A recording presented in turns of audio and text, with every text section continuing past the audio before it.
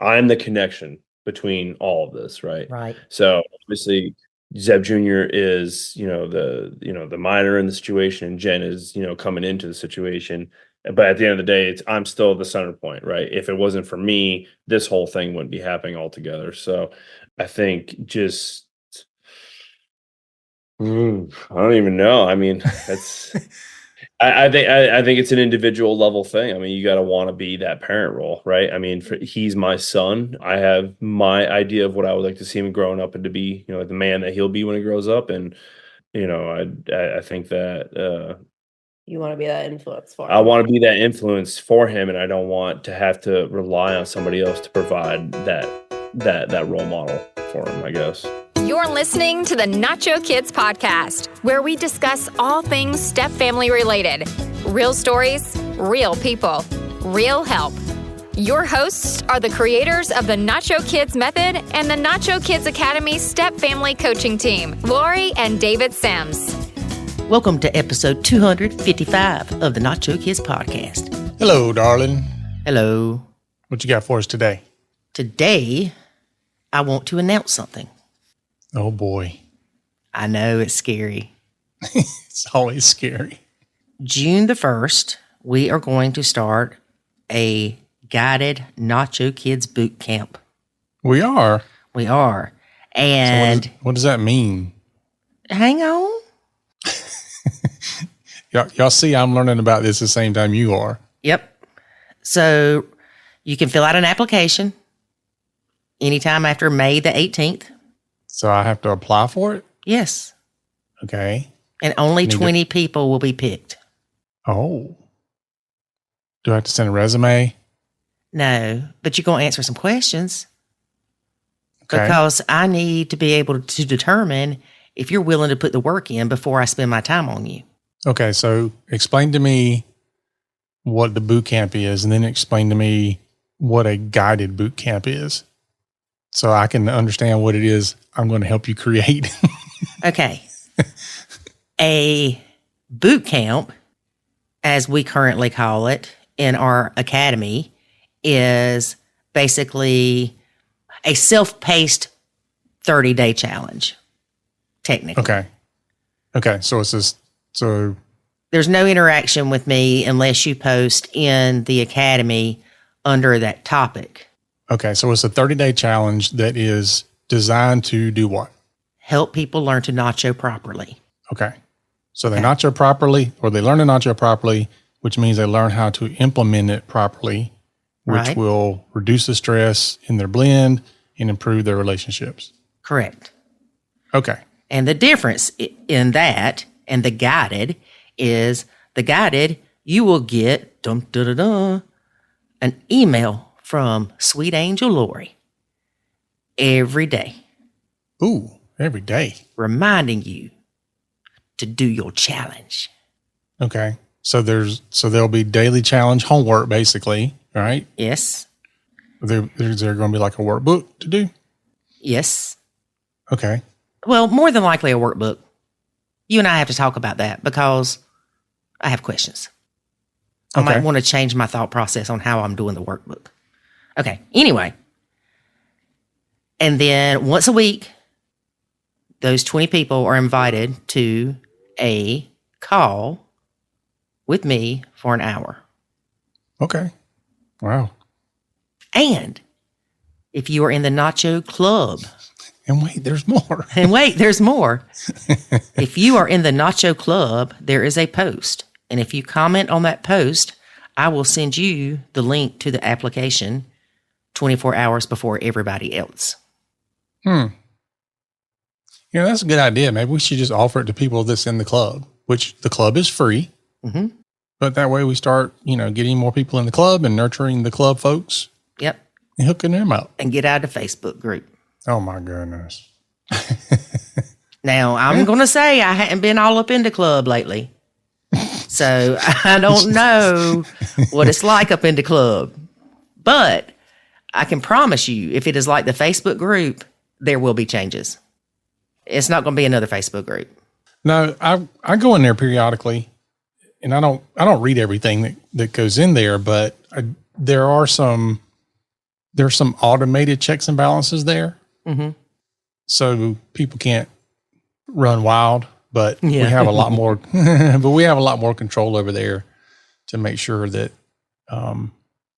people remain as nice as possible. Yes. But it's also completely anonymous. So nobody knows who you are unless you tell them. They have no idea who you are. Yep. And there are clubs in the club. They're like little sub clubs. Sub club. All right. So anyway, that's my announcement. All right. Well, cool. I'm excited to see how this goes. Me too. Today, David, you and you are on this one, are talking to Jenn and Zeb. Do you remember Jenn and Zeb? I do. They've been blending for 3 years, been married 6 months. They live in a different state than high conflict bio mom. Hardest part of their blending? For Zeb, it is establishing and maintaining stepmom's role within the blend. Okay. I like how that's worded. Mm-hmm. Okay. For Jenn, the hardest part is figuring out my place and role within the blend. Yeah. That's a tough one. What's your role? We never talked about that. Before we got married, you and I should have had a conversation, and this is going to be included in our what to do before you blend courses. Mm-hmm. Or challenge. What do you expect my role to be, or what do you see my role being in this relationship, in this blended family? Yes. That whole conversation rolls into the bigger topic of expectations. Yes. But you and I, we talk about this often, how we got it wrong. Well, it was wrong because it didn't work. So some people, they don't have the same issues, but we didn't have any real conversation about roles or responsibilities or any of that stuff. It was kind of. But I think we were in agreement, though. Yeah, we were in agreement on a lot of things, but I think there were some unspoken things that we may have agreed on. I think we had the same or similar views on it, not that we talked about it. But part of it too was we thought we were doing the right thing in a lot of areas, which that's the biggest area we can help people initially, is just saying, you don't know what you don't know. So let's open your eyes to some things that you'll need to consider and discuss and figure out. Mm-hmm. Something interesting about Jenn and Zeb. They went to high school together. That makes for an interesting blend. And they met up later. Yeah. So I recall having a conversation with them, and like everybody knows everybody. Mm-hmm. Like she knows the ex. Like Mayberry. They went to school together and all this kind of stuff. That's a different dynamic. I didn't have to worry about that. We're not talking about that. And bio mom wouldn't let the stepkid go to the wedding. Mm-hmm. Yeah. Shooky. Well, That's just sad. That could come back to bite her later on. Could. Most likely will. Mm-hmm. If I was a gambling girl, but I'm not. My $20 lasted me in Vegas for 5 hours. Really? Okay. Well, actually 3. But it took, an hour to go find somebody to get a Coke in between. They don't like you if you don't drink alcohol there. Okay. One other thing is Zeb is in the military. Yeah, that's a challenge. Yep. And we are going to talk about feeling like you're being pushed out of your own bio kid's life. All right. That's all I'm telling you. Well, that's enough to make me interested. Mm-hmm. I was on the thing, and I'm interested to hear it again. You stupid. All right, folks, let's get to listening to this podcast interview with Zeb and Jenn. Today we have Jenn and Zeb. Hey, Jenn and Zeb, how are y'all? Good. How are you? Doing pretty good. It's the one-syllable couple. One syllable couple. Yeah. We're the Easy to two-syllable couple. Yeah, I guess we are. Well, tell us a little bit about your blend. How long you've been blending? How many step kids, bio kids, hours kids, all that happy stuff. We've been blending almost 3 years. We've been married almost 6 months. We have the one child in the picture, that's Zeb's son. He's 11, and we have him every other weekend and some of the school holidays, and they alternate holidays, Vacations, vacations pretty standard year to structure year. for So Okay. custody. And how far away does Biomom live?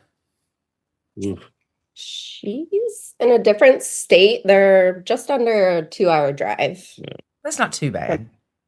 Yeah, so not too bad, but just, we're not really around for any of the school functions and stuff like that and that kind of stuff. So Yeah. that makes it Yeah, it's not easy for like a Wednesday night dinner or anything to go 2 hours. Yeah. And Jen, you don't have any kids of your own. No. I have a dog, so we each came into the relationship with a dog. So we have blended dogs, Charlie and Harley, if you can believe it. Charlie and Harley. Yep, they're both Labrador retrievers, and they're both the same age. So Did y'all meet in the dog park together? No, so we actually grew up together in the same small town. So we've known each other most of our lives. Went to school together, like K through senior year of high school. Yeah. But it kind of was the dogs that got us to reconnect a few years back. Yeah. So Really? Yeah. Started off with let's take the dogs for a walk, and slick, Zeb. That was slick. Yeah. Well, it was her that mentioned it, and it's my joke that says, because it took me about 15 to 20 years to whittle her down to say yes. But the dogs definitely sealed the deal, I think. For us. He did have a crush on me when we were teenagers, but I was just like, no, you're one of my best friends. I don't see you that way. And then we reconnected all those years later. And you're like, ooh, I see you that way. Yeah. Exactly. Yeah. So got a boat. I always joke around and say that. Yeah. So Lori and I, we had to go in completely different towns to find somebody, that didn't know anything about us because it was just too much. Maybe you've got the history. Yeah. You don't mess around in your own backyard. David was a whore, in case you were wondering. What? What does that make you? I don't know. An attractor of bad men, apparently. You do have a bad picker. So, Jen, do you want kids or no? Most of my life growing up, I always thought I would have kids. It was just kind of something I thought you did when you got older. Mm-hmm. But now that I've gotten older, I've just kind of realized that I'm more focused on just having a happy family life. And if kids end up being in the picture in the future, then that's great. But as of now, we're happy with the way things are. Mm. Yeah.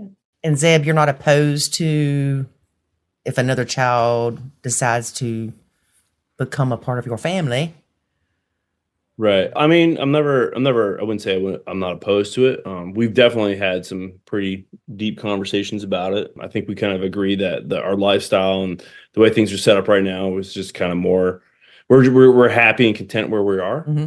While the years don't slow down, I think we've acknowledged where we are, and it's still an option on the table if we come to that point. But for right now, me personally, I know I'm content. Yeah. We're both kind of like knee deep in our careers, and just enjoying each other, and of course, the child. So yeah. So, and he's 11. Yes. And how long had you and your ex been split up when you decided to go walk the dogs with Jen? So we were married in 2010 and got divorced in 2015. So we've been split since, I would even say a little bit before 2015. So 2014. Okay. So we and I have been separated since. So quite a while. Yeah, absolutely. And Jen, how did you feel? I know you already knew him, but did it bother you at all that he already had a kid since you didn't have any? Or Did it just not even cross your mind? It was like, well, it's kind of to be expected at this point in life. Yeah, it didn't bother me at all. And I've actually been married previously as well. So around the time that we reconnected, I was going through a divorce.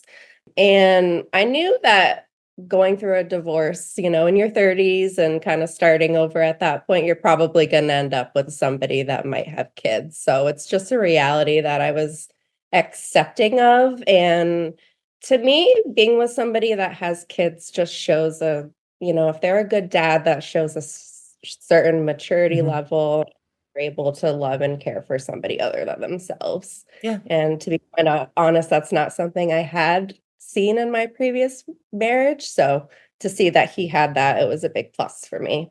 So your ex was a narcissist. Yeah. All exes are narcissists. Right to the throat. Right to We can have a whole other podcast just on narcissist exes. So I talked to a lawyer a few weeks ago, and he was making a joke about couples who go through divorce. And he says that every couple that comes to him for divorce, the man always says that the woman is bipolar, and the woman always says the man's a narcissist. And what did you tell him? I said that my ex was a narcissist bipolar person. She was both. A bipolar narcissist. Yeah, that. double down. So, well, you're from a small town, and you knew each other, and you went to school together and nursery together or whatever else. But did you know each other's exes as well? Yeah. Yes. We actually all went to high school together. Yeah. All town. Yeah. So our exes, they were not from the same small town, but Zeb and I, our town was so small that we didn't have a high school. So we had school choice. So yeah, we all were in the same high school. Wow. Married from the big city, as they So say. we all kind of have an idea of who each other are and that good stuff. So. Yeah. Wow. I say we from a small town, but I think you got us beat. Yeah. Yeah. We grew up in Vermont, so really small state and small towns within that state. So Yeah. How interesting, though. Yeah. it's a unique story for sure. Yeah, and I love these stories. We've had several guests that they ended up marrying their high school sweetheart after like 2 marriages in between when they dated in high school, or kind of like y'all. It's, we knew each other forever, and then we decided to date once we'd gotten divorced. Yeah. Yeah. It's really cool. I married my high school sweetheart. She just didn't know it. I don't know if they have this where y'all are, but in Charlotte, North Carolina, they have the second chance prom, where people that didn't go to their prom or didn't like who they went to their prom with, y'all should go to something like that. We should. That would be fun. Yeah. I like that. Yeah. There's not one around. Sounds very like, 10-year, 15, 20-year high school reunion vibe, but Yeah, but you can take her to the prom, man. you could take me to the prom. Any reason to get dressed See, I'm the opposite. Don't make me dress up. I was a kid that went to the prom, had your picture made, and then left. just to make it look like you were there. Yep. And I never went. Never went. Oh, Yeah. okay. Yeah. Me neither. So Yeah. The guy I was dating when I was in the 11th grade, let's just say he would not have fit the high school. He was 30 something. You were 15. No. He was just a little red. And and then I graduated early. So yeah, didn't get to do that. And so now David makes me dress up when we go places. Oh, gosh. There's a story behind that Yeah, one. you want me to tell the story? Sure. Tell the story. So David's in all these groups. He's the president of Rotary. He's in a Carolina referral group, and I don't even know what else. And was it the CRG thing? Or the chamber? It was a Chamber of Commerce. Okay, so event. there's a chamber event that he tells me that we need to go to. I don't want to go. I never want to go, but I have to go. That's a lie. Then he says, free beer. but I don't drink. Maybe I need to start. Maybe that's what would make the difference. So anyway, he says that he tells me what the dress is. And I'm like, well, what does that even mean? Because it was kind of like on one line and not the other. And I had this dress that I wore to a gala one time that we went to. He's like, that would be perfect. I'm like, okay. So I look like Cinderella. I go in there. These people are wearing clothes they wore to work. Oh, no. Oh, no. I was so embarrassed. She has on an evening gown, and everybody else has got just like business attire. David? she, she stood out like a sore thumb, but I was like, you are the best dressed anybody here. And then all these women are like, can I borrow that dress? Can I borrow that? Yeah. Like, yeah, you can have it. After this, I'm done. If I had $1 for every time that night, she said, I'm going to kill you. I am going to kill you. I was so embarrassed. I think I would have rather have been underdressed. Yeah. But you can't trust this guy at all. So from now I on, hope you showered her with compliments that whole evening. So from now on, I'm calling somebody else that's in the same group as him and be like, what's really the dress code? Yeah, you better. So when you got divorced and then you started talking, I guess, how was that when you, I guess more so for Jenn, when you started considering this idea of you're going to be in a blended family? Did that, I know it crossed your mind that you might marry somebody with kids, but did you think through any of the complexities of a blended family or start doing any research on that? Not right away, and I probably should have. It took me a while to just kind of do research on the topic, honestly. And I think when you're first entering a situation like that, you don't really know what to expect at all. You don't know what to really think about what could happen. It's just a lot unknown. And I really had no idea what I was getting into. Well, even if you hear things like our story and how bad things were, you think there was just something wrong with them. We're not going to be like that. It's not going to happen to us kind of thing. And then, like you said, you don't know certain things and they pop up. You're like, crap, we didn't even think about this being an issue. Mm-hmm. Because you just don't know. You don't know what you don't know. Exactly. You don't know how the personalities are going to clash or vibe with each other. You just have no idea until you're already in it. So, and it's like with your own kids, that can change daily. So you could get along with Zeb Jr. one day and not the next. We've seen some changes. So there's emotions and moodiness that we all have in life. So did y'all live together before you got married? Yes. Yeah. So we've been living together like 2.5 years. Yeah. And so when you got married, did you notice those changes then? Like there was kind of a reset in the blend? So it was kind of interesting when we got married. And I'll also say high conflict biomom did not allow stepson to come to the wedding. So that was unfortunate. Aww. Even though he was expecting to and doesn't quite understand why he wasn't able to be there. Because your mom was a witch. I'm sorry. Yeah. Basically. So the very next weekend after the wedding, he came over and he had been kind of asking his dad, like, what should I call Jenn now that you guys are married? Should I call her Jenn or mom or stepmom? And he told him he could, I think you told him to ask me or call me whatever he wanted to. Yeah, I mean, we had a brief conversation about it, and then the I guess the ending result was you call her whatever you feel comfortable calling her with. I mean, she's there to help you, whatever, in that figure. And so then he came to me like the next day and asked me the same thing, and I said, "Bud, you can call me whatever you want, as long as you don't call me crazy."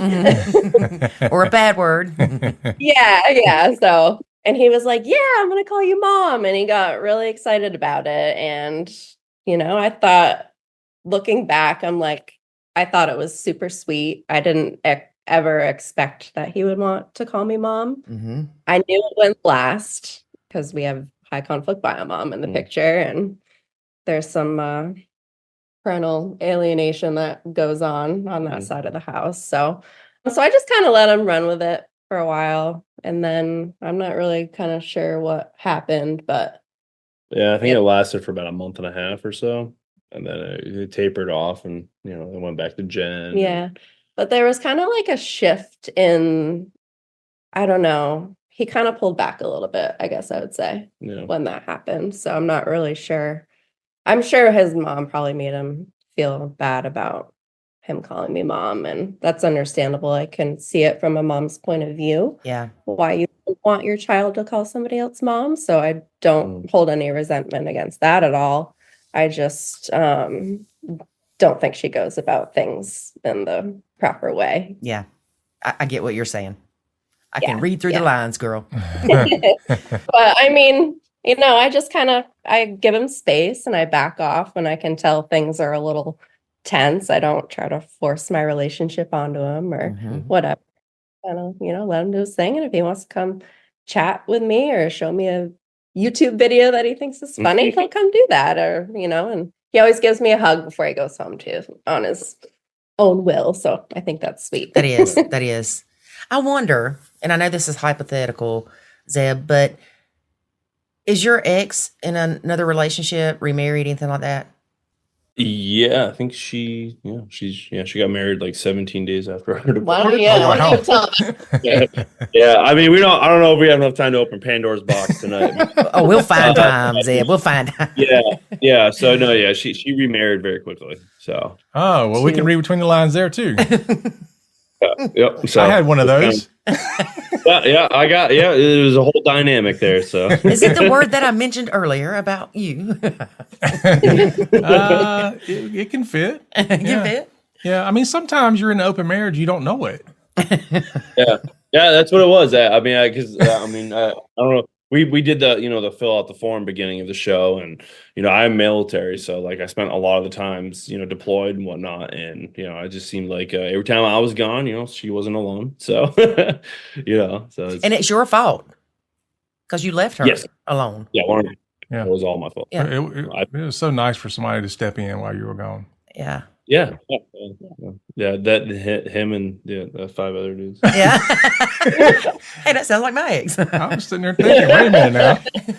Were you down this way? Yeah. It was a whole trip. So. Sounds like some South Carolina crap going on right there. I know. Starting to think maybe you might have been married to mine at the same time I was. Yeah, I mean, it was in Georgia, so it's not far from Carolina.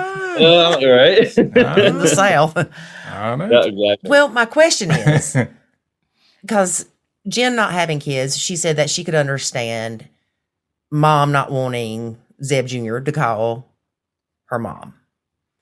How would you feel as a man if your son decided to call this guy dad? So, I mean, realistically, I'm a pretty open person. I mean, and I really kind of like root myself in, Zeb Jr. having, the best experience on both sides. And, he does call his stepfather dad. Okay. And I'm really okay with it. Biggest thing for me is just ensuring that, in our dynamic that the stepfather is, doing what, appropriately what he is supposed to do on his side of it, in his role. And of course that receiving, Zeb Jr. And that Zeb Jr. is receiving.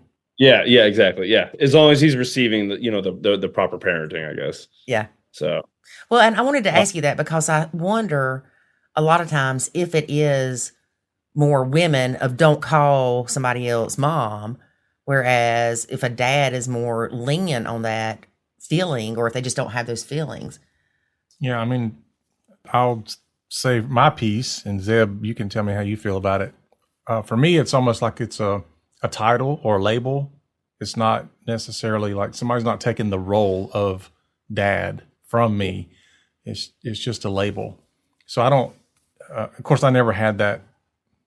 I don't know what they called their stepdad. I think they just called him by his first name.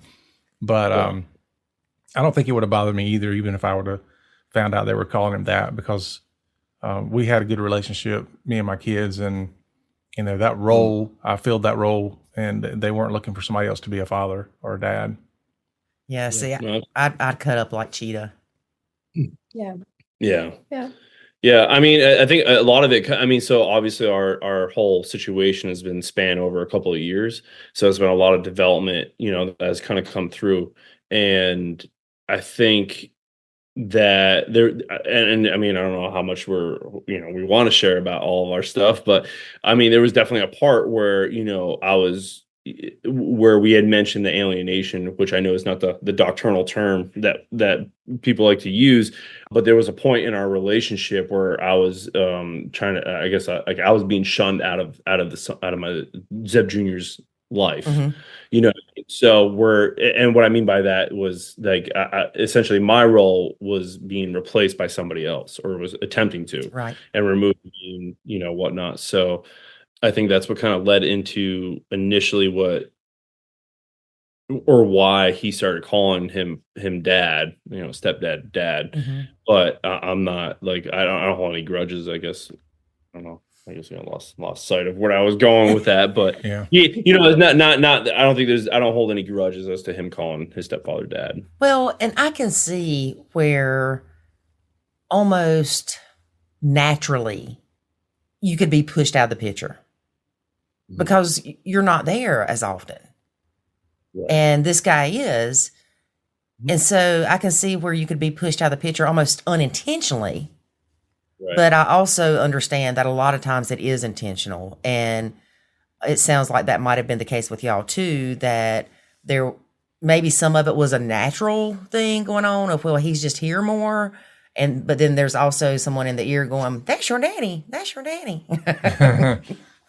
Yeah. I mean, I think it was I don't know if I want to say a healthy mixture, but it was definitely a mixture of that for sure. I spent many years in and out of the courts fighting to, be able to, contempt this, contempt that, to make sure I had my time and whatnot. And, the whole time, Zeb Jr. is being told, oh, well, your dad just left, he abandoned you, this, that, whatever. But, this guy here, he's he's going to fill that role. So, I mean, that's kind of like, this is like, 2017, 18 or so. So a couple of years after the divorce, like this was kind of like filled in the roots. So, yeah.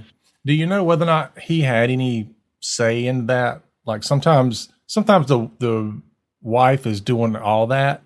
All the crazy by herself. Yeah, and the guy's like, I had no idea that all this was going on, and she's doing all these things to you. As far as, like, what do you mean, like the stepdad? Like, like he knew Bio Mom was doing trying things. to alienate from you and all that stuff?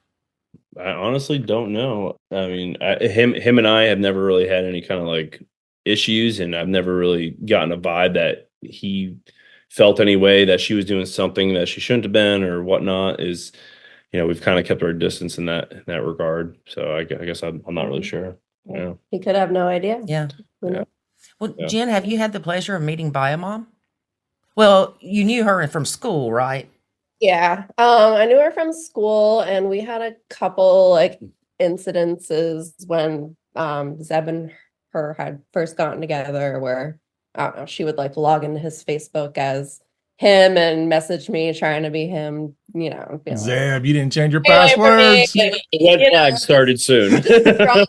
And like, yeah. So basically, since we've been together, I haven't had like an interaction with her other than just seeing her at maybe one pickup.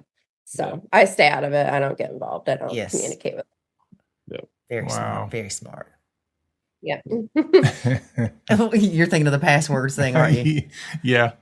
Being an IT guy that hits him in the heart. Yeah. Well, not just that, but you're divorced for years and she's still like doing stuff. Like, let it go. Go away. Yeah. And it's something that me and Jenn had talked about, because before her, Jenn and I had reconnected, there was a moment where her and her husband were, whatever the term is you want to use to label it, in chaos. And she had attempted to like rekindle what we had, and me looking at the plethora of red flags, it's like God, no. Well, you had always said that when you were single, she was very compliant and pleasant, and Yeah, so I've been very careful with Zeb Jr. in regards to who's in his life. especially as far as my significant other.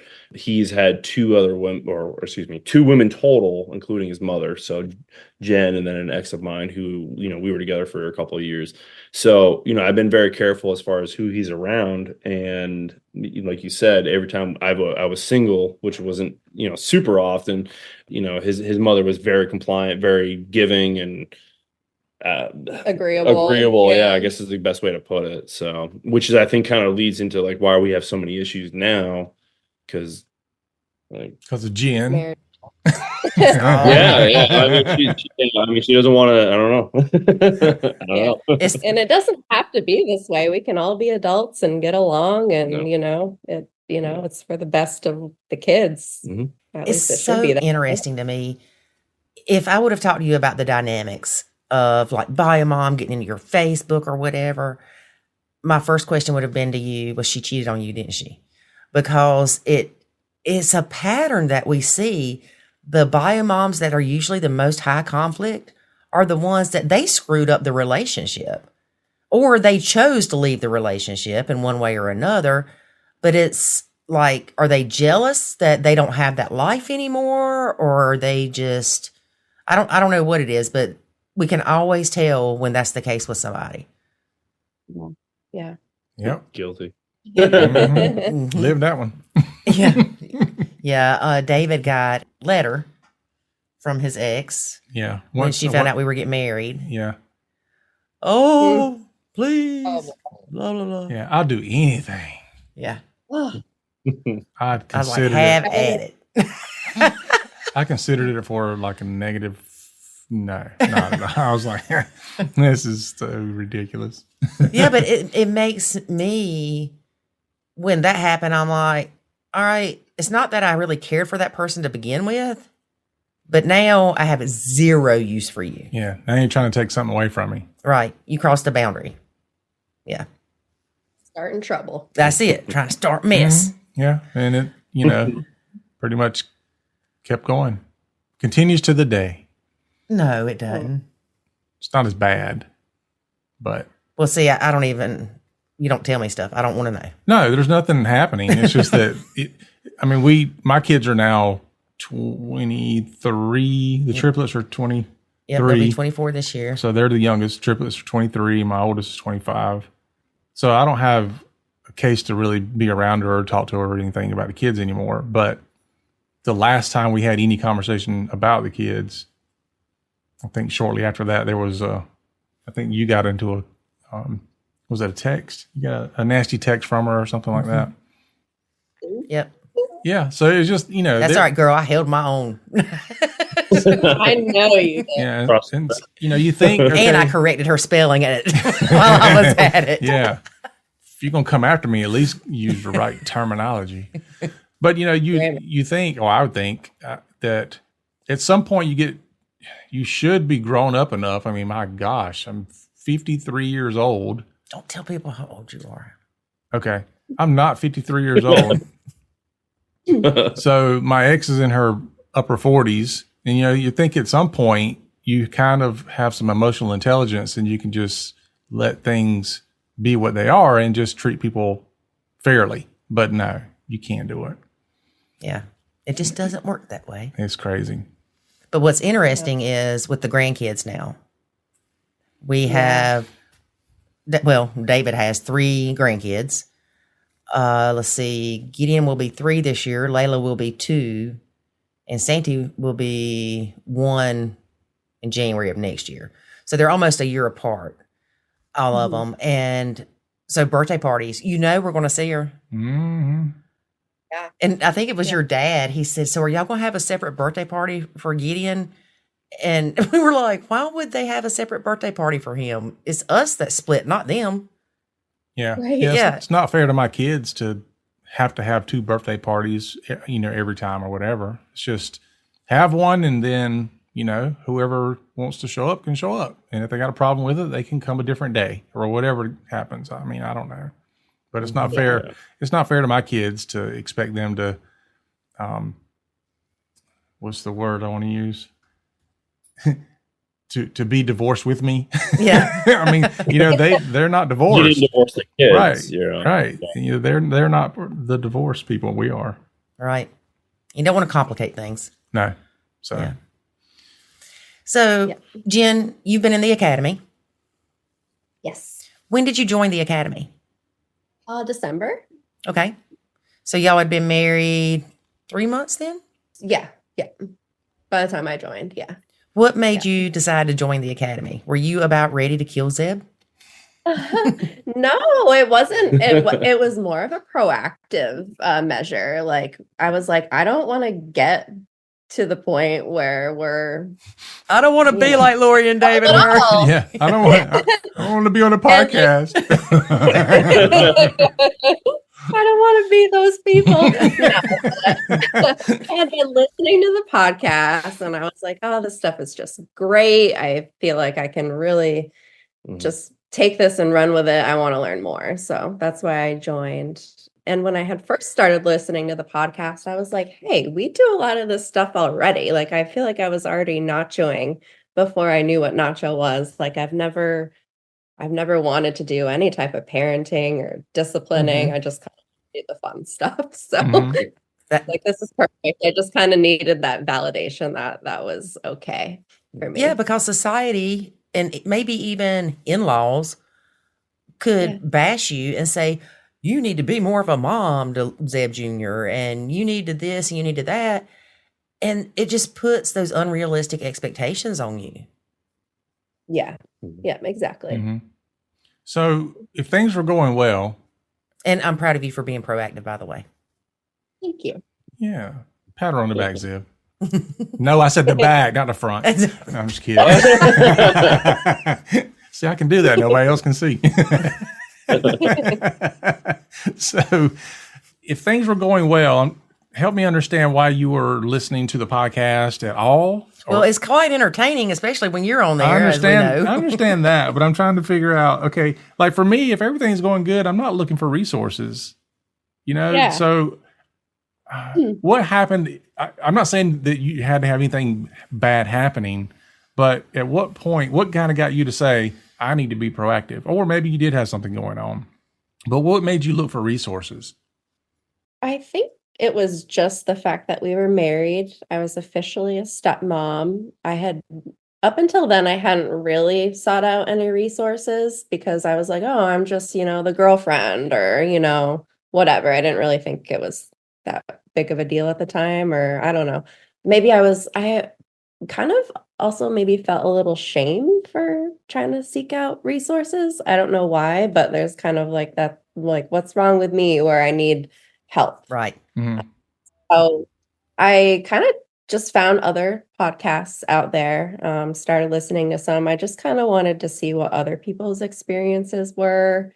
It's just kind of interesting to listen to because I don't have friends or really anybody close to me that's a stepmom or really in a blended family. So you kind of find people. Well, and I'm telling you, if you don't have friends that understand the dynamics, if you ever talk to them about anything, they will not get it at all. And we both grew up in nuclear families. So, no blended family experience there. Yeah, we did too. So, well, my parents split when I was 30, so yeah, it still counts. No, it does not. Now, you mentioned that you were already doing a lot of the things, a lot of the nacho related type things, and then you joined the academy. Would you say that you were validated, or that you learned that you were doing some of the right things, but there was so much more to it than what you kind of picked up from the podcast? Yeah, there's so much more to it than, what you get on the surface. Just getting into all the challenges and the courses in there is really great. And I feel like I could go back and watch some of them over and over again. So I'll have to get you to watch some of them, honey. He hasn't seen any yet. So yeah, especially since he's not against Nacho. Yeah. He's for it. So yeah. I think I've did about 5 or 6 episodes. Yeah. I got long nights when I drop him off. So she talks a lot. On my way home, I'll catch an episode or two. Yeah, some of them are kind of long. Well, it takes that long to get into the guts of the conversation. You know? I have a long drive to work, so it's perfect for me. I mean, like, because a lot of it for me was because why I was so open to it was because, like, like we haven't really had any like super significant moments where we needed like instant intervention, but it seemed like we were kind of managing the issues at hand without finding a way of getting over them. So, like, repetitively, we would have this issue, and then again the same issue, and then again the same issue. And I think for me, I was exploring like, hey, like maybe there's a technique that we could find within the we'll call it the coaching, I guess, that would kind of help me personally like be able to overcome the managing part of our dynamic. Yeah, to resolve some of the issues rather than just keep sweeping them under the rug. Yeah, because I think I forget what the name of the term was, but where you basically just go flatline. You just Gray rock. The gray rock. Yep. Yeah. Okay. So like I did the gray rock for a while, and that really does work because it kind of like just flatlines the back and forth, which is unfortunately very consistent. So I was just looking for more techniques that I could kind of like, I guess, confirm what I was doing, like to confirm that what I was doing wasn't really the wrong thing or the wrong way to handle, I guess, if that makes sense, handle the situation that we were dealing with. Right. The high conflict bio mom. Yeah. Yeah, absolutely. Because a lot of what we learned, unfortunately, was a lot of trial and error, which is the biggest reason why we created the academy. So we done a lot of things the wrong way. And then, we would try all these different methods and figure out what would work. And it's just amazing. Some of the things that we did that worked were things that were opposite of what people were saying to do. In fact, most of it. Yeah. And, that was part of the problem because you're like, all right, we're doing all this stuff that everybody says you're supposed to do. We're trying to be this nuclear family. Yeah. And it's just, I don't even know, looking back on it, there's some of the things like, I don't even know why we decided to try those things. It was just, look, we're doing these things and they're not working. So we've got to change. And so if it's, if going all the way to the left isn't working, let's go all to the right and let's try that. And then if that's not working, then let's, ease our way back to the middle, but we've got to keep trying different things until we find something that sticks. Yeah. Now, before y'all got married, did y'all talk about what Jenn's role was going to be as a stepmom? Or Zeb, did you have expectations of her that she would come in and be kind of mom when your son was there? I mean, we did a little bit. I think I gave her. I don't know if we really set it in stone what the expectations were. I think it was kind of like do what's comfortable and more of a go with the flow kind of thing. With my, I guess, I don't know if it's the appropriate way of saying it, but like my blessing, like, hey, like regardless, like you're the adult, regardless if it's a parent or not, you're the adult in the situation. By all means, if you have to, fill that role, then by all means do so. But no, I don't think it was anything. I don't know. I mean, yeah, we did. Yeah, we talked about it. I had come to Zeb probably like even before we got engaged, but we were talking about getting engaged and getting married in the future. And I was telling him that I wasn't quite sure what I was still kind of confused what my role should be. Regards to stepson, and he just kind of assured me that I was doing great, just kind of being his friend, and we agreed that he has two parents, he doesn't need another one, just kind of being there for him as a friend and a mentor, and I like to do the fun stuff for him, make him food that he likes, and that kind of stuff. He loves that. So buy him a treat at the store, whatnot. Yeah, the fun stuff. And the stuff that you want to do. Yes. Yeah. There isn't anything that I do for him that stresses me out. So it's very that good. is great. Now, Zeb, with you being in the military, if you got deployed, I'm assuming there is a possibility of that happening. It definitely was in the past. I've thus transitioned within the military to try and resolve that being a thing, but the I mean, just in like 2 weeks, I'm going to be gone for 3 weeks. So like I do a lot of traveling for work now. He's a career counselor now, so he is still active duty military, but no deployments at this time. You don't have to worry about any 9 months or a Yeah. year But you away. have deployed in the past. Yeah. Yeah. So when you're gone for those 3 weeks, it'll be a consecutive 3 weeks, Yes. and Zeb Jr. won't come. Correct. Yep. Okay. Yeah. That was my question, is when you're not home, would he still come for visitation? Hopefully nobody comes for visitation. Dogs. He's already had that before. Yeah, I really need to relive that nightmare. David. Yeah. It's like, Yeah. I know how to handle it. Yeah. I mean, I think even if he wanted to, I don't think mom would allow it. So Yeah. I mean, when I said we have a very standard custody agreement, it's built in there that, a close, like a significant other, like a grandparent, a spouse, whatever, they are authorized for visitation. First But right of I think- refusal. What's this? First right of refusal kind of thing. It's Maybe? where if you're not going to be available for you so many hours or a day or whatever, that you have to give your ex the first opportunity to keep the kid before you let Jen keep him. Or Correct. Yeah. Well, maybe not since you're Yep. married, but anybody else. Yeah. Right. Yeah. I mean, and that's built in there. And I think it was the very first time you actually had by yourself that went so sour that I think we kind of stay away from it a little bit. So funny. So she took him to, I don't know if you guys have it down south, but the like a Halloween store, it's like Party City. Yeah. Party City. Yeah. Yeah. So like, she bought him like this bone arrow that, like it goes on one end and then on the other It's end. like a headband. Yeah, it looks It's like like you got- yeah. So, and I wasn't home, and his mother had called because she found out I wasn't home. I was like, oh, here we go. No, he wanted to call his brother, so he called his brother. Yeah. And was talking to his brother and was like, yeah, like I got an arrow through my head and my dad's not home. Yeah. And I think I took the dogs out to go pee or something. So I was like not hearing what was going on just for like 2 minutes. Yeah. And then next thing I know, The police come flying up. I was like, stepson's like, oh, my Nana's picking me up. And I was like, what?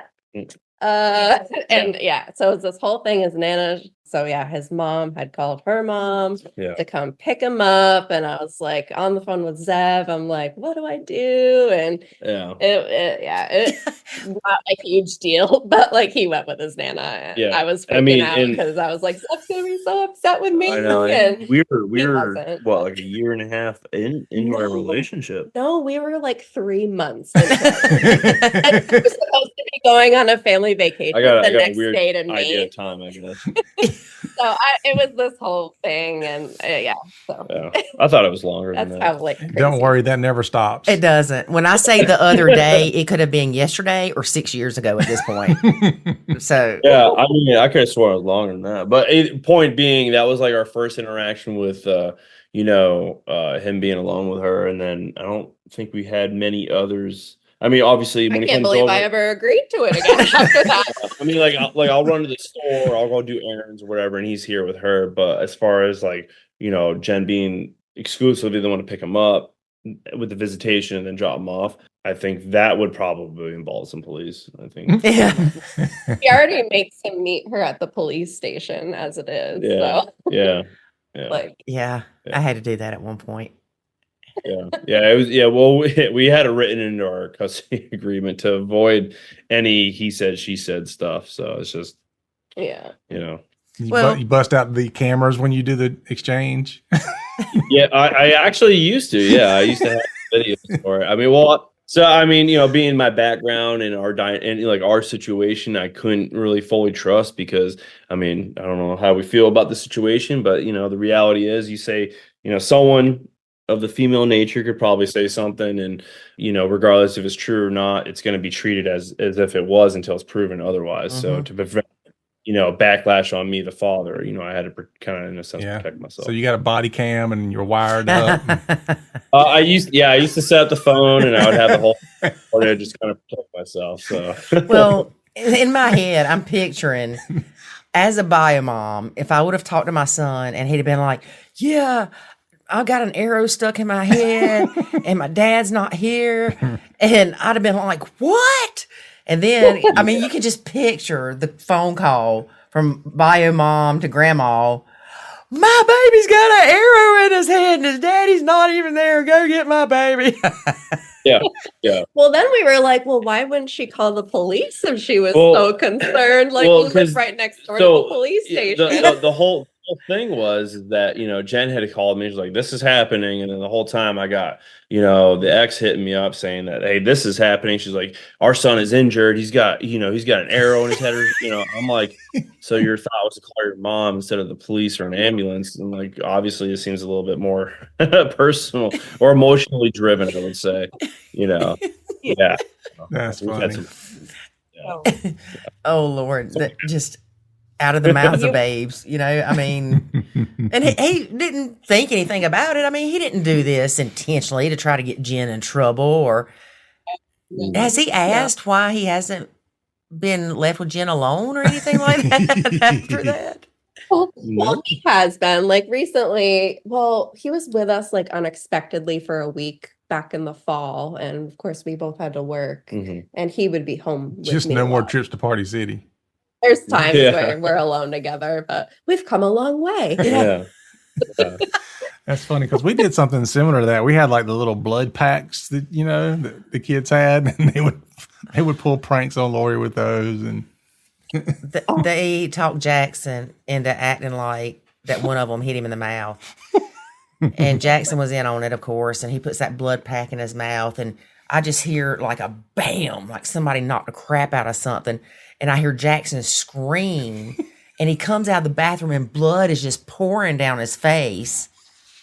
Well, lucky I didn't kill one of your kids. That's what you're That's awesome. about. They should have recorded it. That's awesome. Boys will be boys, I tell you what, they still. Well, I did that. I did something to her the other week. I was up on a ladder. No, you were on the ladder, and Jackson was on the roof. No, this was before that. Oh, okay. Remember? But anyway, I was up on the ladder outside. And she was sitting out on the front porch, and I come down off the ladder, and I noticed that she was scrolling on her phone, wasn't paying attention. So I like stuck my legs all up in the rungs of the ladder, and then started. You just like hit the side of the building. Yeah, I was trying to remember what I hit. I hit something where it made a bunch of noise, and I was like, "Oh my god! She jumps up and runs it. Well, she doesn't run, but she jumped up and walked quickly over there. Are you okay? And I just laughing like crazy. She goes, I hate your guts. He does that crap all the time. And then Jackson was up on a roof on this garage that David has, this mammoth garage. And Jackson's trying to put this foam stuff where the vent is because leaves kept coming in. And, there's my sweet baby up there. And if he falls, it's not going to be good. Because it's 2 stories at least, right? 2 stories high? Sure. Yeah, whatever. And so then David tries to act like Jackson fell or something. He's like, oh my gosh. And y'all, I'm telling you, I'm surprised I'm alive. It's like, I don't know if you ever watched Sanford and Son back in the day, years ago. Though they had the junkyard, and he'd always say, I'm coming, Elizabeth, I'm coming, grabbing his chest because he's having a heart attack from the crap his son did. Yeah, that's how I felt. Yeah. I love pulling pranks on people. Love it. Yeah. So Monday must be like your favorite holiday. Yeah. April Fool's Day. Yeah. Now, he don't care what day I it don't is. care. I'll do it. I got some good ones too, man. I'm telling you. I had just a quick story when my kids were like, gosh, I think the triplets were probably like 3 or 4 years old. I'd gotten home early from work, and I was married to my ex, and our upstairs was unfinished. So there was no reason for anybody to ever be upstairs because it was, didn't have any insulation or anything. It was completely unfinished. It's basically like an attic at that point. So anyway, I get home early. I decide I'm going to park my car in the backyard, which where our house is and trees and all that, you can't see anything anyway. So I parked in the backyard behind this building we have, and I went in the house and I went upstairs where nobody's at, and because I knew my wife was coming home with the kids, and so she comes home. I don't even like you calling her that, but go ahead. The ex. So So she comes in with all the kids and all that. So as soon as she gets in the door good and I give her time to kind of get settled in, I'm upstairs. I start walking around upstairs. She has no idea that I'm home. And so I can hear everything kind of stop downstairs. And I heard her say, come on. She's trying to get the kids. And they're like, what, mama? What's going on? And so, and she's like, come on, somebody's in the house. Come on. And so she starts out the door with them. And when she does, I start coming down the stairs like I'm 400 pounds. And I'm like, come here, lady. And she's like, run, kids, run. And so they still have no idea what's going on. She closes the door and she's trying to lock it. And I'm like, what are you doing, lady? And so I grab the door and I'm like shaking the door while she's trying to do it. And she's like screaming and crying. And then I finally jerk the door open. I'm like, surprise. And she's like, she just falls on the ground and just in the fetal position. And she's crying. And the kids are like, Mom, it's just Dad. And no, that's not the reason we got divorced. But you still laughing at it. Here's that poor woman crying. Well, and then one time you scared your mom with a mask. Yeah. I have to be careful with her because anything that's in her hand, she'll throw it at you. She's a woman. Yeah. Funny. So you already knew what not to do, whether it was instinctively or not. You just knew that you were not going to come in and be Captain Stepkid. No. Yeah, not at all. Did you ever feel like do you ever feel guilty for that? Like, I should be more of a mom to him when he's here? Or you are 100% comfortable in your role as the fun aunt, the confidant, the mentor, the husband's wife? I think there was some guilt that came with it, and that's why I resonated so well with Nacho, because it gave me that validation that I don't need to feel guilty about it. It is okay to not want to be mom or try to be mom in this situation where it's just not going to be welcomed. And you can actually have more of an impact on them by not having that mom type status. Yeah. I know David's kids, they would tell me stuff that they would never tell him. And it was either one, to figure out if they should tell him, two, to get me to tell him or get me to tell him what happened, or three, they were just scared to death and they didn't know what to do. But they would have never done that with me if I would have kept trying to be super stepmom. Mm-hmm. Yeah.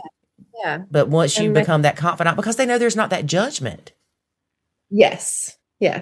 It's like, I think a lot of us probably grew up with like maybe one of our parents' friends or a close aunt or somebody that we could really confide in. And you just feel more comfortable talking to that adult versus your own parents about stuff. So that's kind of where I see my role being.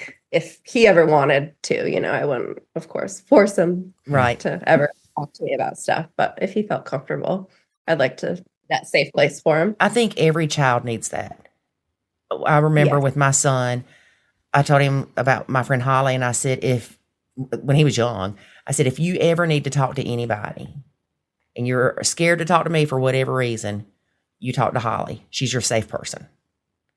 Because they need to know an adult that they can go to where the adult can help guide them so they don't make these horrible life decisions over something that's big to them, but not really big in this whole scheme of things, And so I think that's very important that kids have that. And it's great if it can be the stepmom. Yeah, absolutely. Jen, I think you have a little bit of an advantage. If I might be reading into it, but Zeb, it sounds like you're not just a good dad, but you're also not somebody that when you married Jen, you didn't try to like abdicate all of your responsibilities of parenting over to her. Which is I got a wife. She gonna cook and clean and raise my kid, and I'm gonna party all night long. Which is, it is something that we see often. And I I almost hate to bring it up because I know there's going to be some woman that's listening to this going, "See, I told you, you piece of junk." You weren't supposed to. But anyway, we often see this where it tends to be men. They get married or they have a relationship with somebody typically that moves in, and then they will just hand over those parenting responsibilities.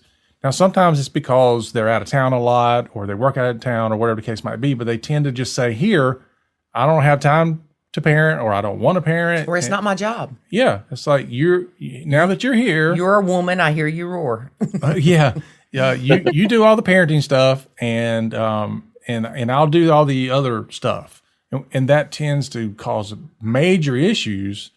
But the thing that's kind of shocking is that not only does it cause issues because that's the approach, but when the woman says, look, I shouldn't be doing this, and this is causing a lot of problems, and I need to step back and reevaluate things, the man's like, what do you mean? Like, you don't love my kid. Yeah, you don't like my kid, and who's going to do all this other stuff? And it kind of, to me, it kind of shocks me because I feel like my kids are my responsibility and I'm accountable for them.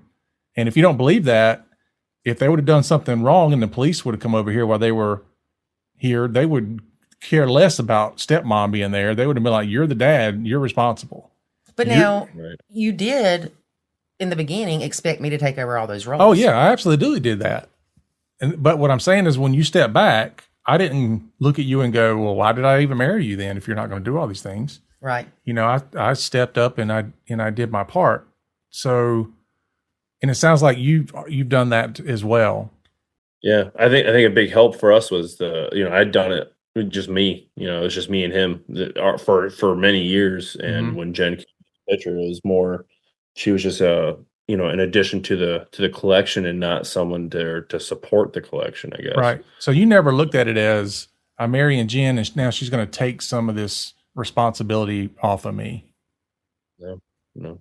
So that's great. What can I tell other people? What can you tell other men? How can we get this point across? I mean, honestly, I've thought about this because oftentimes when I've tried to bring it up, it's amazing because, men get sometimes combative about it. Like, how dare you tell me to be a dad to my own kids? I'm like, what? Yeah. But, how do you get the point across? Like, they're your kids. If the woman wasn't in the picture, you would still have to do these things. So why is it such a big deal? Yeah. Oh, God, that's a good question. I'd say, well, I know he's asking you, but I had one thought that it's going to mean more coming from the father. Mm-hmm. Yeah. Freedom. Yeah. I mean, regardless of what it is you're getting into, I'm the connection between all of this, right? Right. So obviously, Zeb Jr. is, the minor in the situation, and Jenn is, coming into the situation. But at the end of the day, I'm still the center point, right? If it wasn't for me, this whole thing wouldn't be happening altogether. So I think just, I don't even know. I mean, that's. I think it's an individual level thing. I mean, you got to want to be that parent role, right? I mean, he's my son. I have my idea of what I would like to see him growing up and to be, the man that he'll be when he grows up. And, I think that you want to be that influence for him. I want to be that influence for him, and I don't want to have to rely on somebody else to provide that role model for him, I guess. I wonder if it's because you're in the military. Maybe. Because think about that. They teach you structure. They teach you respect of, your higher ups or whatever. Chain of command. Yeah. So I bet when your son does something wrong, you might have a little bit of guilty parent syndrome, but if you do, you don't let it control you. You'll still punish him or whatever may need to be the case because that's what needs to happen. Whereas a lot of parents that don't have that background and that guilty parent syndrome overrides anything they can think of that makes sense, and they just don't want the kid to not want to come back. And so they don't discipline them or anything like that. But I know most men that are in the military, they're pretty strict with their kids. They don't play. Suck it up, Buttercup. Yeah. Yeah, he does. He does have the rule of three. I don't think he's only ever got to rule or number 3 once. So I do my little count thing, and 1, 2, and that's usually where 2.5. That's what 2 I used to do. 3/4. Yeah, I do this. 2.9835. Yeah, when I had first started, when we had first separated, and we had our structured visitation, call it. I didn't want to associate my time with him being that one of like the obedient parent all the time. Mhm. So, like, I was trying to be maybe too friendly, or I guess I was taking more of a friend approach versus a parent role, Oh, yeah. mainly because I didn't want him to associate. Oh, I'm going to dad's for the weekend. Drill He only sergeant. Exactly. Yeah. So I think it started off a little bit like that, and then like as we kind of grew into like the situation that we had, I kind of took a little bit more of a step back and kind of like started feeling more of that parent role, where it was a a happy medium where I was parenting, but also showing him my affection and my love, which I think is kind of hard, especially coming from a military person. It's not usually first thing out the door, but yeah, I don't know. As far as what I would suggest others, I mean, I think you got to really kind of take a step back and imagine, they're sponges, really. So like what they're gonna grow up and to be, what they're gonna be like when they grow up, and what their interpretation of a blended situation, or like how they would handle it. So yeah, I just kind of try to project something that I would want to see him grown into, I guess. I think it's funny too that, like David said, we see men just say, here, you take over. But it's rare that women that bring kids into the relationship try to put any responsibility of their kid on their new partner. But I think a lot of that goes back to the caveman days. The women clean the house and cook and, all that stuff. It's the Flintstones. They messed us up. Yeah, they did. But I think that's where a lot of that comes from. It's just your stereotypical roles that you're the woman. This is what you're supposed to do. And I think that's where it screws us up as stepmoms too. Because you're supposed to take care of the kids. You're supposed to discipline the kids because daddy's at work. And, the 1940s or 60s version of Good Housekeeping, I don't know if you've ever read that, but it's very interesting. I laugh constantly when I read it. It's, make sure your makeup's done and that you're dressed nicely when your man comes home from work. I agree with that. You should definitely do that. and if he's late or doesn't come home at all, don't give him a hard time. He needed a break. Girl, it's the craziest stuff you've ever read in your life. Was that written by a man? No, it was Good Housekeeping. It was probably a girl that wrote it. Some crazy person back in the 60s that was probably on crazy acid. But when I read it, your kids are like, yeah, that sounds about right. And I'm like, no, that's part of y'all's problem right there. Oh, I'll have to find it and send it to you because I'm telling you, you'll be like, that is the craziest stuff I've ever read in my life. But that's how it used to be. Yeah. Just like divorce used to be so taboo. People, they'd stay together come hell or high water. It was not an option. You didn't just do it. And now I think a lot of people look at it as, you know what? I'm not happy today. I think I might need to get divorced. Yeah. It's went from one extreme to the other. Before it was the scarlet letter if you did it, and then nowadays it's like the scarlet letter had nothing to do with divorce. I know that, but I'm just saying. Just making sure you weren't thinking. No, scarlet letter has to do with what your ex did. Okay, so as I continue my metaphor here, but then it goes the other way where you just feel like you can just throw people away. I'm not happy, which is like, okay, you're never going to be 100% happy all the time. So what is it? You're looking for the wrong thing. If you're going to measure it with happiness, like you have to create your own happy. Well, it's just I mean, if you really think about it, you can't even define happiness unless you understand what the opposite of that is. You have to have both. Correct. You can't know what happiness is unless you have the opposite. Right. And you can't always be one without the other. Like I wouldn't appreciate you if I wouldn't have been with douchebag. Exactly. Right. So that's why I appreciate him. Appreciate our exes. Exactly. Yeah. Less the broken road, right? Yeah. Yes. But it's, the funny thing is, like, when just speaking in my own situation, I heard that is part of the reason why, I just wasn't happy and you didn't make me happy. Well, it's been, I don't know how many years now, 17 years later, still not happy. So, okay. So I'm not in the equation anymore and you're still not happy. So what's the common denominator? Right. Again, you're chasing this thing, this feeling of happiness. And what people tend to think it is that, oh, that butterflies that somebody new gives me. And so this, 2-3 years in, when that newness is completely worn off, I'm not happy anymore. It's because you're chasing the wrong thing. You're looking for those little butterfly things that you get, the excitement part of it that somebody new brings to the situation, but that's always going to go away. And so if you're always looking for that, then you're always going to be jumping relationships. Mm-hmm. Or you need to figure out some way to, continue that in your relationship. And that's not easy to do. Relationships are hard work. Getting married is the start, not the finish to the whole cycle. Mm-hmm. Yeah. Constant work. Yes. Well, Zeb, I want to say, I don't know if you still have the issues with by a mom and still going through the court crap, but I'm sure if you've been through the family court system, as much as you mentioned that you've been through it, you know that it's not always on your side and it's not always on the kid's side. And sometimes it's actually a joke because you paid $10,000 for this court order that they're not even enforcing or things like that. And you have to pay another 10 for them to tell you they're not going to enforce it. Or you get in front of a different judge and he's like, well, I don't agree with that in the first place. It should have never been in the papers.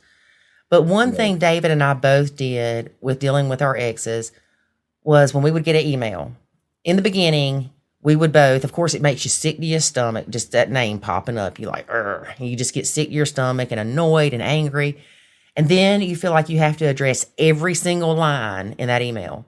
We would spend days making sure that we had addressed it right, making sure me especially, ended up back in court, that it wouldn't look bad on me or my response. And we finally got to the point, both of us, that we're like, the response back to him was, okay. That's the gray rock, right? Yeah. Where you just you're not playing into their crap. And it does help. If nothing else, it might keep her fired up. That might not ever change, but it doesn't take over your life. And because I know we both wasted so much time going through that. And, my ex knows how to push my buttons just like David did. And, his response sometimes was, whatever, Lori. Oh my gosh, that got on my nerves so bad. But then I would, whatever, blah, blah, blah, just back and forth and back and forth. And that ends up taking time away from your kids and your relationship. Yeah, everything. I mean, every time I got an email from my ex, it was always all these accusations about whatever. I'd take it. Look here, look what she sent me. Well, then me and her both are mad the entire weekend. And she's mad and telling me, oh, you need to light into her. And you need to say this and this and this. Let me tell you what to say. And then, at some point during that weekend, we would end up getting in a fight ourselves because we were both aggravated at the situation. Mm-hmm. And it's like, it's crazy. Yeah. It's just no good for anybody. Yeah. No. Go there. Yeah. Yeah, we had a few of those moments. Yeah. Like, why do you even say anything back to her? Yeah. Or why don't you say something back? Yeah. I know with David, I realized he knew her better than I did. And that he knew by saying something, it was just going to make things worse. Yeah. There was no point in it. Yeah. She was definitely whatever it is, I'm going to take the opposite approach. No matter what it is, no matter how the detriment to the kids, doesn't matter. I'm doing the opposite. And so, whatever made you look good. Yeah. Yeah. And I wasted a lot of time answering to accusations. She would send me 15 accusations and I would have to respond back with 15 pages of this is how you're wrong, And I was like, oh, I got to do this for court purposes. And they weren't even in court like I was. No. And I it sounds like you've been in it as much as I was. I've been in it the whole time. Jax has been up to 18 years old. Yeah, no, I think we only went back once or twice. Oh, we stayed in it. So, but I mean, last year alone was like 3 times, 4 times. Yeah, I keep taking her back. Contempt. Yeah, it's the only way to make little bit of leeway, you know. But you guys don't hire lawyers. You pretty much Well, you know, after the first 30-something thousand, I was like, are they really doing what I need them to, or are they really just doing what I could do myself? And a lot of the times it was, I mean, I remember I paid $12,000 for a lawyer, and really all they did was what I could have done myself, Yep. you know, printing out, labeling, and I was like, well, I mean, this seems like a high expense for something that I could have done myself. So, Well, you know, we've done an interview with this guy, Anthony Cancel. He does Pro Se Dad. He helps dads learn to represent themselves in court. And then there's also the Billy Tarasio, I think is how you pronounce her name. She's with Modern Law in Arizona, and she is now teaching classes for people without law school to teach people how to represent themselves. I always got an attorney because I was scared. I was scared if I didn't. I sold everything I had. I'm not kidding. I sold a bracelet my dead uncle had given me. I mean, I sold everything because I felt like if I didn't have an attorney that I could lose my kid. And that's another thing is the fear plays into a lot of our decisions. But I think the more people that start representing themselves, the more judges, you won't have those judges that are like, oh, you didn't do such and such right. Get out of my courtroom. You know, they won't be so strict about you following things, you know, to the letter. But the attorneys, they're just making a killing. And the family court judges are the same way. Yeah. yeah, 100%. Yeah. Not a fan of the family court system. Well, in fact, I don't think I'm a fan of any court system that I can think of. Yeah. Yeah. No. Definitely use a little, you know, little revamp for sure. Yes. And it's not just in the United States, it's everywhere. Yeah. Well, Yeah. thank y'all so much for being a guest. It was great to meet you. And thank you for your service, Zeb. Yep. Absolutely. And Jenn, you are just awesome. You are just awesome. Oh, thank you. I think you guys are awesome too. It was so fun chatting with you tonight. Yeah. Had a blast. We hope you enjoyed our interview with Jenn and Zeb. If you would like to share your story to help other Or people. make one up. David. This ain't make up your blend. What are those books that you could choose? You know, Yeah, what to choose do your and adventure. choose your adventure. Choose your adventure. Yep. That's not what this is. We should do that for blended families. Choose your adventure. Should you? If you nacho, turn to page 12. If you don't want a nacho, turn to page 14. I just thought of something. Oh, I can't tell you. I can't tell y'all yet. All right. Okay. So that's all I got, David. All right. Well, that's enough. Yep. Let these lovely people go.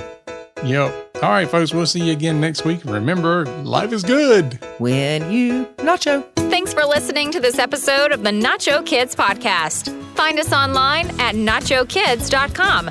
Until next time, remember, life is good when you nacho.